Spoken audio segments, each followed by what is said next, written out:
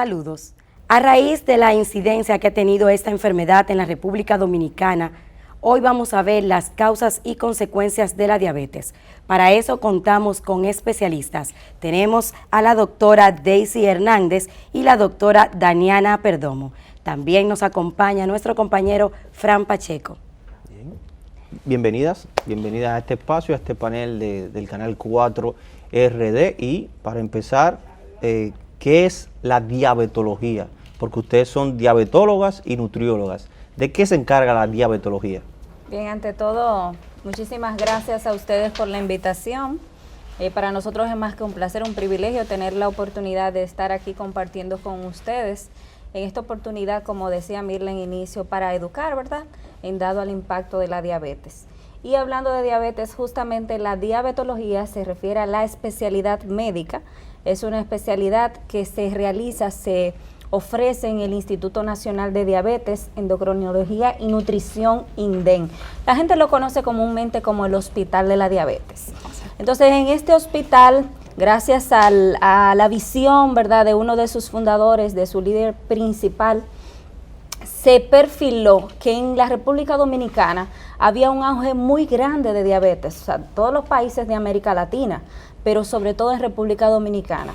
Este visionario era el Hasuri, apellido Hasuri, el doctor Hasuri, quien entonces, al ver esta visión, perfiló entonces preparar profesionales en diabetología, en vista a que hacía falta, había una necesidad de médicos especializados para tratar la diabetes. ¿Por qué? Porque la mayoría de médicos, cuando terminan su medicina general en la universidad, apenas se le da la diabetes como un pequeño porcentaje y salen con una pequeña orientación y no salen a ciencia cierta con el conocimiento necesario para tratar la diabetes. Por otro lado, estaban los endocrinólogos que eran preparados para tratar pacientes con diabetes, sin embargo, era un grupo muy pequeño. Entonces se vio esta necesidad, se inició entonces la especialidad de diabetología, aprobada por el Ministerio de Salud Pública, y es una residencia médica consistente en 3 años de preparación. Para hacer esta especialidad se necesita como requisito ser médico general dominicano o extranjero y que tome como requisito el examen general de residencias médicas. Okay. Luego de que usted pasa este examen, entonces pasa una serie de valoraciones, de entrevistas, y entre uno punto y otro entonces se gana. O sea, es un concurso. Digamos que concursaron, por ejemplo, en el tiempo cuando yo estaba, había un concurso de alrededor de 125 personas y de estos solamente se seleccionaron 7 personas. Una vez este médico gana, entonces se va a someter a un programa de preparación académica de 3 años, donde es estudio y trabajo. Este médico recibe una preparación en medicina interna, en diabetología y en nutrición. Por tanto, son médicos que salen con toda la pericia y el experticio para tratar no solamente un paciente con diabetes de manera integral, sino también para tratar todas las problemáticas que tengan que ver con la nutrición. Por eso nuestra especialidad se llama diabetología y nutrición. Ok, vemos que organismos internacionales han dado cuenta de la alta incidencia que tiene la diabetes en la República Dominicana. ¿Cómo anda eso? Ustedes que conocen el caso. Claro, y cuando Daisy hablaba sobre la gran visión que tuvo el doctor Hasuri, en aquel tiempo la prevalencia era de aproximadamente un 2%. Y actualmente en República Dominicana hay una prevalencia de diabetes mellitus de un 13% de la población dominicana.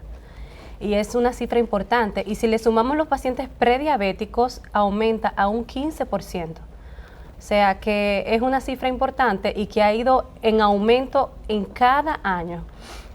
A nivel mundial existen más de 425 millones de personas con diabetes. Si pobláramos un país con todos los diabéticos, fuera aproximadamente el 3er país con más personas en el mundo. Wow. Y es importante porque esas cifras son de hace 2 años atrás aproximadamente. O sea que falta el aumento que ha tenido en estos tiempos. Usted mencionó la prediabetes. ¿En qué consiste eso? La prediabetes es un estadio antes de la diabetes. Muchas veces la gran mayoría de personas puede ser asintomática y es donde empiezan por primera vez los niveles de azúcar o glicemia, como nosotros también le llamamos, a elevarse.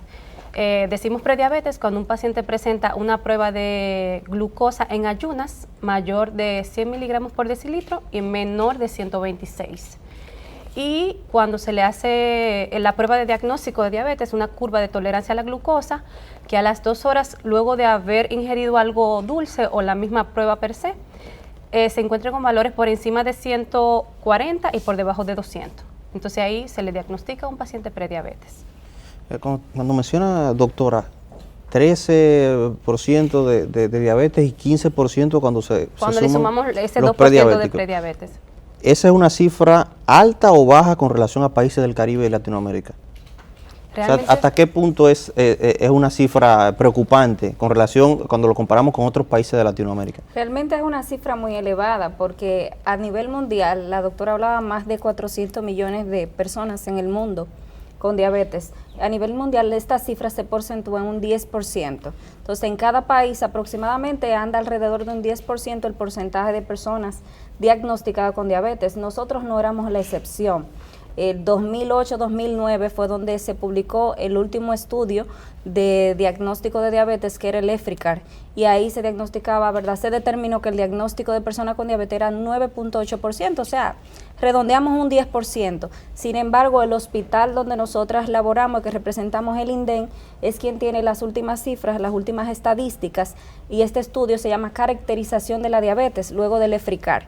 Este estudio se publicó entre 2017 y 2018, y ahí es que se determina que ascendió el valor de diabetes de alrededor del 10% antiguamente, nosotros aumentamos a un 13.45%, para ser específico. Estamos hablando que tenemos 1.345.000 diabéticos. Eso a menos, señor, en menos de 10 años es mucho. Se ascendió demasiado. Y como bien comentaba mi compañera la doctora Perdomo, el valor de los pacientes con prediabetes es un punto importante. ¿Por qué?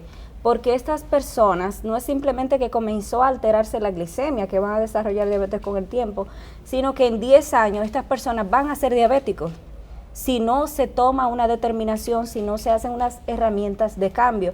Por tanto, si realizamos nuevamente este estudio en 10 años, ¿a cuánto vamos a llegar? Entonces, ¿a qué se debe que en 10 años hemos aumentado tanto la cifra con personas con prediabetes? Lo que pasa es que hasta en diabetes influyen muchos factores. Dentro de ello, toda persona mayor de 45 años, de predominio si es hombre, tiene mayor riesgo de desarrollar diabetes. Pero hay algo que influye, digamos, 1A, y es la alimentación que llevamos actualmente. Por eso hay un paréntesis, por eso son nutriólogas también. Porque la diabetes está muy vinculada. Es que van de la mano. Porque, por ejemplo, antes no existían la cantidad de comidas rápidas que existen ahora y se practicaba mucho más actividad física, ya sea por necesidad o porque a la persona le gustara, ¿verdad? Pero ya todo eso ha cambiado porque ya estamos en la era de la tecnología, donde todo lo obtenemos fácil, donde todo es rápido, las personas ya casi no hacen ejercicio y ha aumentado el índice de obesidad también. Entonces, junto con la obesidad y un estilo de vida no saludable, el sedentarismo, estar mucho tiempo sentado, han aumentado la cantidad de personas con diabetes. Es curioso, doctora, que mencione la alimentación, lo importante que debe ser la alimentación, porque cuando mencionamos diabetes, lo primero que le llega a la mente a la gente es el azúcar. Pero resulta que no es tanto el azúcar, que hay otros factores que influyen, incluyendo la genética, que influyen en la diabetes. Entonces vamos a separar, quizá una de ustedes dos, especialistas en diabetes, hasta qué punto influye el azúcar y cuáles son los otros factores que no tienen que ver con el azúcar. Influyen todos los factores al mismo tiempo. Es como un conjunto de factores, ¿verdad? Las personas que cumplan más factores tienen mayor riesgo de aquellas que tengan menos factores. Entonces, como te mencionaba, la edad, el peso, por ejemplo, aquellas personas con sobrepeso u obesidad van a tener mayor riesgo de desarrollar diabetes mellitus, especialmente la tipo 2, que es la que se relaciona con la obesidad, que aquellas personas que no son obesos. Pero no quiere decir que el que no sea obeso no tiene también riesgo de padecer diabetes. O sea, tanto gordos como flacos, niños como adultos, igual tienen riesgo de padecer diabetes. Y la genética, como bien mencionaba, está fuertemente ligada. Y más cuando tenemos un familiar de primer grado, como nosotros decimos, sea papá, mamá, hermanos, tengo mayor riesgo que cuando es un tío, por ejemplo, que tiene diabetes. Y entonces, ¿cuántos tipos de diabetes existen? Desde luego es así.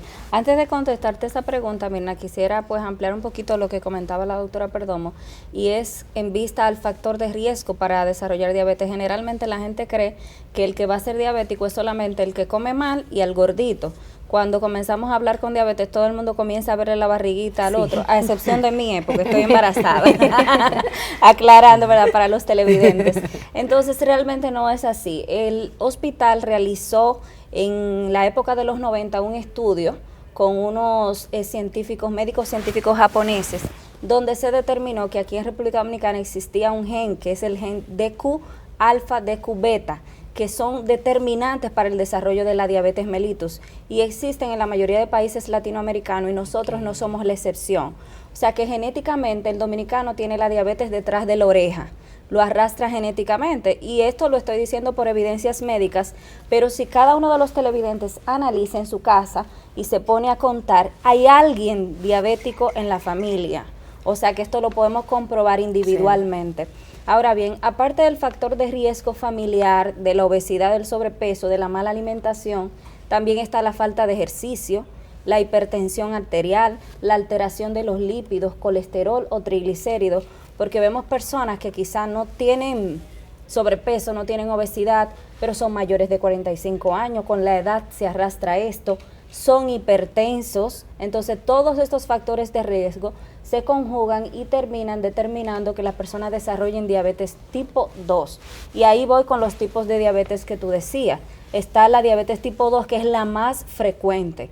Un 90% de los casos de las personas con diabetes son diabéticos tipo 2, y son aquellos tipos de pacientes que desarrollan este tipo de diabetes secundario al agrupamiento de todos estos factores de riesgo que terminan catapultando con el debut de la diabetes. Generalmente es una diabetes que antiguamente era considerada como una diabetes del adulto, ¿verdad? Mayor de 18, 25, 30 años realmente, pero con los años y los cambios en la urbanización, en la alimentación de la población, la misma tecnología que comentaba Perdomo, también se ha visto que niños están comenzando a desarrollar diabetes tipo 2. ¿Por qué? Porque nuestros niños que antiguamente estaban llamándose del patio del vecino en la zona rural. Bicicleta. Niños, ven a comer, porque los niños lo que andaban era quemando calorías, montando bicicleta, jugando a la plaquita, esos juegos que es verdad que nosotros los de 30 años para atrás conocemos. Exacto. Sin embargo, ahora no es así. El niño está sentado, mejor el padre tiene que llamarlo para que salga afuera, que salga a jugar, o incentivarlo para ir al parque, porque el niño no quiere salir del cuarto, no quiere salir con la tablet, con el teléfono, con el computador. Entonces, estos cambios han llevado de que el niño tenga menos actividad física, y a la vez este estímulo, ¿verdad?, que tiene constantemente lo lleva a consumir comidas chatarra, que sobre todo es lo que frecuentemente en las mismas publicidades donde está con la tecnología, lo que le llama es hamburguesa, pizza, refresco. Además, vamos a ser sinceros, al paladar es lo más agradable, pero no es lo mejor al cuerpo y a la salud. Entonces, la diabetes tipo 2 es el principal tipo de diabetes. Otros tipos de diabetes que son los más frecuentes, también está la diabetes tipo 1. Ella se presenta alrededor de un 10% de los casos. Y en este tipo de diabetes se determina generalmente que es de niños, en la infancia y la adolescencia. ¿A qué se refiere? ¿A qué se debe en sí mismo? Bueno, el organismo tiene unas células que son las productoras de insulina y son, digamos, las protagonistas para que la persona no desarrolle diabetes. Esas células se llaman células beta y están en el páncreas. Ese es un órgano secretor de insulina. Sucede que cuando el organismo se vuelve en su propia contra, digamos inmunológicamente, ¿verdad?, las defensas te vuelven en tu contra, se destruyen esas células productoras de insulina, entonces los niños van a desarrollar diabetes tipo 1. Y en esto se refiere que como no hay producción de insulina, estos pacientes con diabetes tipo 1 van a necesitar tratamiento con insulina de por vida. O sea que para vivir van a necesitar de la insulina. Si llegara a faltarle la insulina, pueden producirse en ellos complicaciones agudas que pueden cobrar la vida del paciente. Otro tipo de diabetes, que es de lo más común, es la diabetes gestacional, que como el nombre lo dice, ¿verdad?, es la diabetes que se presenta en una mujer en un estado de embarazo. Pero hay que aclarar a la población, ¿verdad? Porque muchas veces a las mujeres se les descubre diabetes estando embarazada y creen realmente que es una diabetes gestacional. Entonces depende de la etapa del embarazo. Si se diagnostica, ¿verdad?, los valores de glicemia elevados por encima de las 20 semanas de embarazo, que es lo que comúnmente la población conoce como el 5º mes de embarazo, entonces sí es una diabetes gestacional. Si fue por debajo de esta fecha del embarazo, entonces es una paciente diabética tipo 2 que no fue diagnosticada previamente. Y eso lamentablemente es muy común. ¿Por qué? Porque la gente cree que la diabetes tiene síntomas. Y ciertamente así es. Se presentan síntomas, pero los síntomas se presentan ya cuando las personas están en una etapa muy avanzada de la patología, de la condición de vida. Esos síntomas frecuentemente son que la persona orina mucho, la poliuria, la polidipsia, que la gente tiene mucha sed, la pérdida de peso, que la gente come mucho y a pesar de eso no aumenta de peso. Esos son los síntomas comunes. Y nosotros como típico dominicano, nuestros pacientes nos dicen, doctor, y la orina dulce también. Sí. ¿Sabes por qué? Porque hay gente que la prueba. Entonces, bueno, eso son, verdad, digamos, cosas típicas del dominicano, del paciente dominicano. Esos son los síntomas principales. Sin embargo, la realidad de las cosas es que pueden transcurrir 10, 15 y hasta 20 años un paciente siendo diabético en este transcurso del desarrollo de la patología sin tener ningún síntoma. La importancia de decirle a la gente dónde tiene que ir para que sea diagnosticado o no sobre la diabetes. Sí, excelente. Mira, lo más importante es que cada persona después de los 45 años vaya y se haga un chequeo de rutina, porque ahí empiezan todas las enfermedades y la diabetes es una de las más frecuentes en ellas.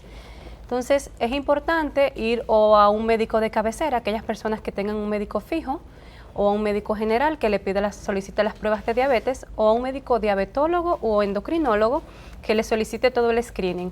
Dentro de estas pruebas, la más usada es una glicemia en ayunas, que es sin que el paciente haya comido nada, pero el problema es que la primera glicemia que se eleva en la diabetes es la prueba después que uno come. Entonces, este es uno de los motivos por lo cual pase tanto tiempo o tantos años una persona con diabetes sin que se le diagnostique, porque aquí solamente se solicita glicemia en ayunas, a menos que el paciente llegue donde un diabetólogo, que es un experto, y ahí ya le pida las pruebas del lugar. Entonces, pedir tanto glicemia en ayunas como glicemia postprandial o post comida. Y otra prueba muy conocida es la prueba de tolerancia oral a los hidratos de carbono. Se dan 75 gramos de glucosa. Los pacientes dicen una bebida muy dulce porque efectivamente es muy dulce. Son 75 gramos en aproximadamente menos de 20 ml de solución. Entonces ya después de esto esperamos los resultados. La glicemia en ayunas tiene que estar por debajo de 100. No en 110 como muchas personas piensan, sino por debajo de 100, entre 70 y 99 miligramos por decilitro. Mientras que a las 2 horas, si está por debajo de 140, es una persona normal, sin diabetes. Si se encuentra entre 140 y 199, que lo mencionamos anteriormente, decimos que es una prediabetes o una intolerancia a los hidratos de carbono. Y cuando hablamos que ya es mayor de 200, es un diagnóstico certero y seguro de diabetes mellitus. O sea, y si le hago la prueba en cualquier momento, haya comido o no, y da por encima de 200, también es diagnóstico de diabetes. Y con esto es importante porque hay muchas personas que llegan al consultorio con una glicemia ya en 200, en 300 o hasta en 400 y dicen que fue que tuvieron un problema, que tienen una diabetes emocional, y vamos a utilizar este espacio para decir que la diabetes emocional no existe, que existen los tipos de diabetes que describimos al inicio, diabetes mellitus tipo 1, tipo 2, la diabetes gestacional y otros tipos de diabetes donde no tiene cabida la diabetes emocional. Las emociones sí afectan la diabetes porque cuando estamos asustados o emocionados, el cuerpo libera ciertas hormonas, especialmente la adrenalina, el cortisol es una de ellas, especialmente si estamos ante un momento de una emoción muy fuerte o una tristeza muy fuerte. Entonces esto va a llevar a que sea un antagonista de la insulina y por lo tanto el paciente va a presentar niveles elevados de glicemia. Eso quiere decir lo que conocemos como le subió el azúcar o sí, le bajó el azúcar. Le subió el azúcar por un susto, por ejemplo, y no es que tu diabetes sea emocional, es que las emociones afectan la diabetes de forma negativa y no que la diabetes se te suba porque sea solamente en las emociones. Es importante también, mencionábamos ahorita los tipos de diabetes, los pacientes siempre preguntan, ¿mi diabetes es buena o de la mala? Siempre que preguntan en la consulta, ¿qué tipo de diabetes yo tengo? Yo sé que esa es la segunda pregunta, ¿verdad? Y no existe diabetes ni buena ni mala. Yo digo, el paciente es el malo, depende de cómo se comporte. Exacto. Porque si llevas una alimentación saludable, balanceada, si realizas ejercicio, si utilizas el medicamento al pie de la letra como te lo indica tu médico, entonces vas a durar muchos años con diabetes y no vas a tener ninguna complicaciones o retardamos la aparición de estas. Mientras que si hago todo lo contrario, digo, no importa, el azúcar está bien, hoy me voy a comer un dulce, me voy a comer un helado, me voy a comer una pizza, un refresco, no voy a hacer ejercicio hoy porque ya caminé, limpié en la casa o lavé, dice, no, yo lavo, yo limpio, yo cocino, yo me la paso el día completo de pie en el trabajo. No es suficiente. La recomendación es 150 minutos de ejercicio a la semana para tener mejores niveles de azúcar. Y si es para un paciente de sobrepeso o obesidad que quiera bajar de peso, entonces esto aumentan a 300 minutos a la semana de ejercicio. O sea que lo que hago en la casa o lo que hago en el trabajo no es suficiente para tener la diabetes controlada o para no llegar a desarrollar diabetes mellitus. Ese es el caso de los pacientes diagnosticados ya con diabetes. Y la diabetes es una enfermedad a la que hay que ponerle atención porque existen extremos como el pie diabético, que las personas pueden llegar a ser amputadas, extremidades amputadas por la diabetes. Entonces, en medio de todo esto, además de los diagnosticados con diabetes, ¿qué hacer para reducir esa variable de ese aumento de diabetes? ¿Qué hacer? ¿Qué hace la población infantil, de la juventud, las personas mayores para mantener quizás una vida saludable y evitar llegar a tener diabetes en algún momento de su vida? Realmente cuando comentamos de que a una persona se le diagnostica diabetes, es normal, señores, totalmente normal, y está científicamente determinado que la persona ante un diagnóstico de una enfermedad crónica, sea diabetes, sea cáncer, sea hipertensión, cualquier enfermedad crónica, tenga un periodo de negación. ¿A qué se refiere esto psicológica o de manera psiquiátrica? Bueno, que la persona dice, no, eso fue porque se me murió mi papá y me encontraron el azúcar alta, por eso es emocional, como dice la población. O eso fue porque yo me comí un chicharrón con yuca anoche. Esto fue por cualquier otra razón buscando excusa y es normal. Ahora bien, nosotros como médicos especialistas en diabetes siempre explicamos al paciente y tenemos una herramienta a la mano que es la terapia psicológica. Porque si los pacientes permanecen en este estado de negación, la diabetes, no porque usted diga que usted no lo es, deja de hacer y ejercer sus daños.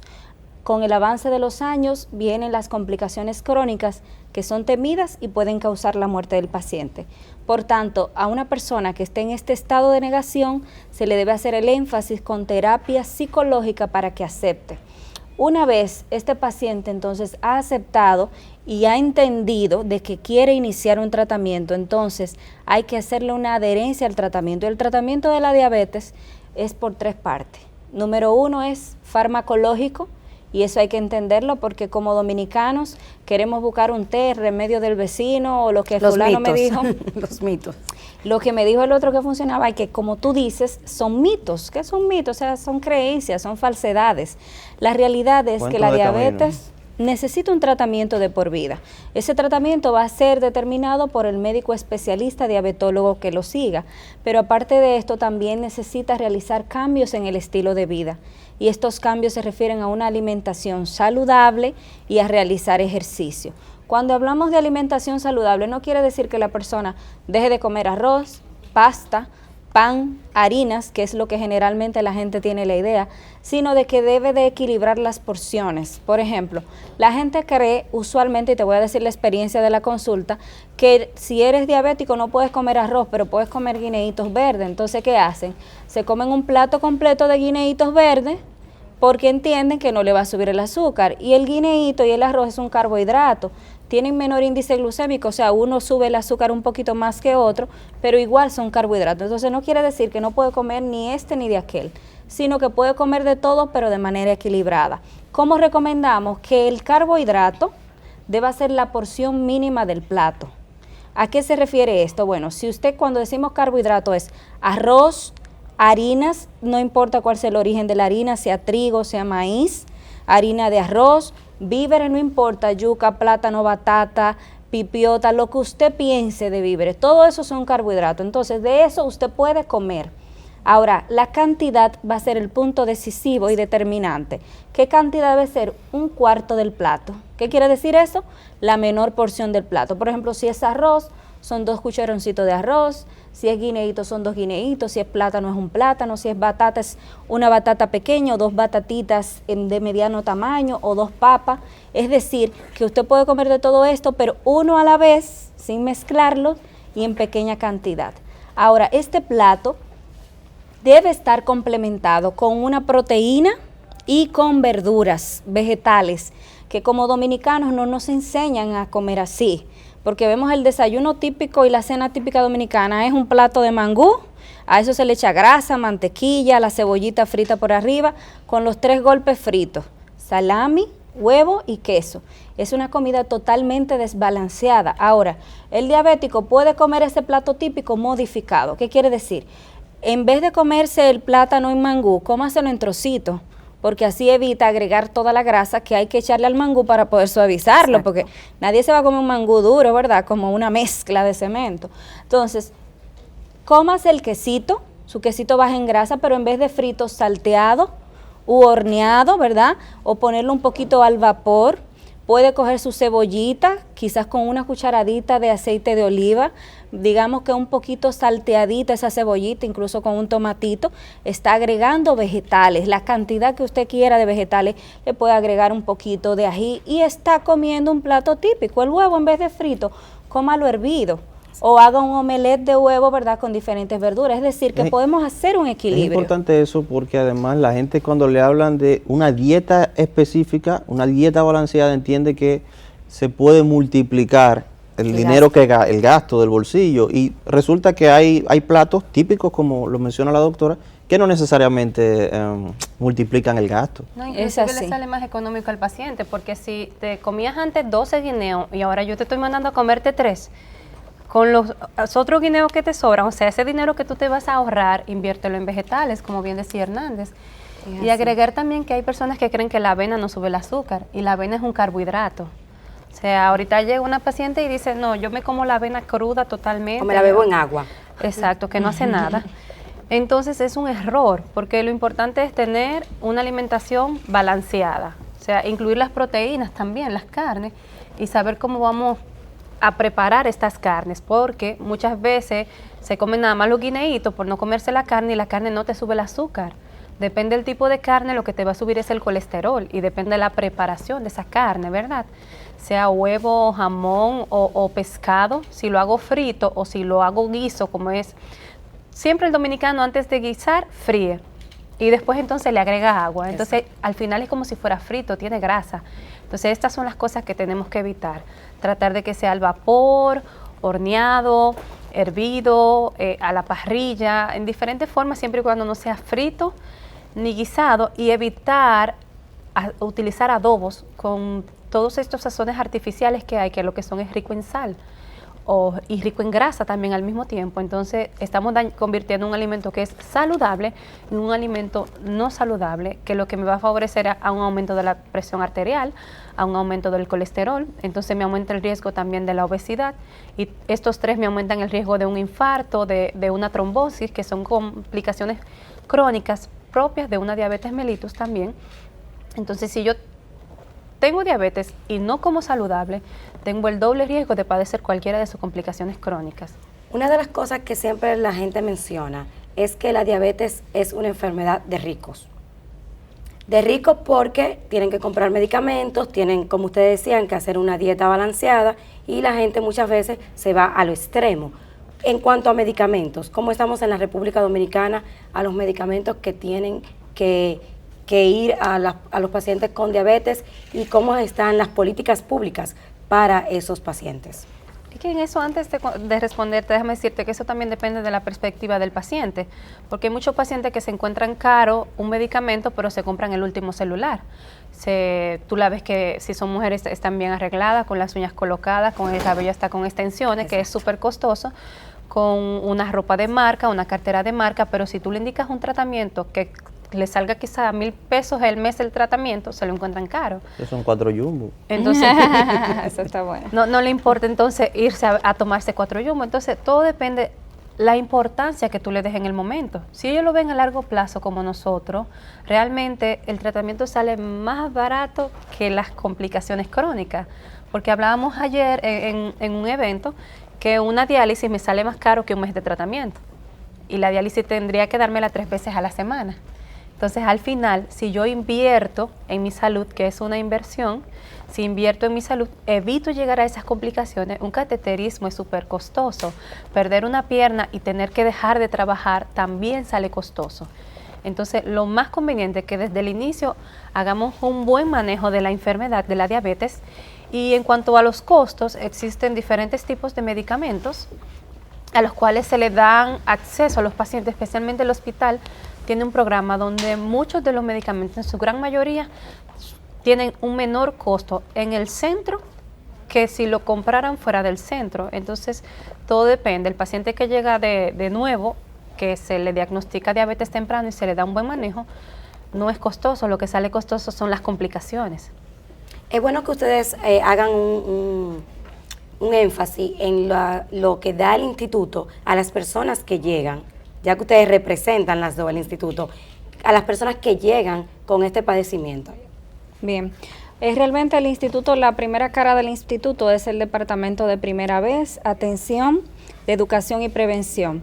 Sucede, esto es un departamento que se ha creado para aquellos pacientes que, como bien dice el nombre, llegan por primera vez al hospital, sea que sean diagnosticados de diabetes recientemente, sea que ya sean diabéticos de larga data, pero quieren buscar un seguimiento en el hospital, o bien sean personas que quieran investigarse si tienen alguna alteración con respecto a la diabetes. Entonces, en este punto del hospital a los pacientes se les realiza una consulta exhaustiva para crear su récord hospitalario y además de esto, pues crear todo el historial clínico del paciente. Y una vez es atendido este paciente aquí, se le realizan una serie de analíticas, de controles que son necesarias para ver cómo están los órganos de cada una de estas personas. No conjunto aquí, esto no se queda aquí, sino que tienen un seguimiento. Este seguimiento es un manejo integral donde este paciente debe de posteriormente pasar por la consulta de oftalmología, servicio que está en el hospital para hacer una revisión, ¿verdad?, temprana de prevención de las complicaciones de la diabetes, porque lo más temido de la diabetes son las complicaciones, porque nadie se muere porque le encuentren el azúcar alto, ya muy pocos mueren de una complicación aguda de la diabetes. La mayoría de pacientes diabéticos, un 80% se mueren por las complicaciones crónicas, que son insuficiencia renal, infarto agudo al miocardio, trombosis cerebral, ¿verdad?, la isquemia cerebral, la isquemia o el daño de la circulación y a los nervios de las piernas, lo cual lleva a amputaciones, y estas infecciones y secundarias amputaciones pueden llevarse la vida del paciente. Pero no solo esto, también la calidad de vida del paciente disminuye, por ejemplo, por una ceguera por diabetes, por una retinopatía diabética, y la gente no sabe en realidad que la diabetes afecta a todo, incluso la piel, el pelo, la sexualidad. De hecho, muchos hombres se acercan a la consulta porque vienen con problemas de sexualidad y le encontraron el azúcar elevada o el pene inflamado. Entonces, son ciertas cosas que la gente, la población en general, no tiene conocimiento. Por eso la consulta es tan exhaustiva y lleva consecuentemente un escrutinio seguido. Entonces, deben de hacer una revisión por el oftalmólogo, por el nefrólogo, por el cardiólogo, por el área de prevención de pie diabético, y todo esto con los fines de poder captar con tiempo las complicaciones, bien sea evitarlas o diagnosticarla con tiempo para dar tratamiento y así evitar el deterioro, la progresión rápida, ¿verdad?, de estas complicaciones. Bien, agradecemos la participación de la doctora Daisy Hernández y la doctora Daniana Perdomo, ambas nutriólogas y ambas diabetólogas. Gracias por las orientaciones que nos han brindado en este día. Usted manténgase en sintonía con el canal 4RD porque hay mucho más que compartir.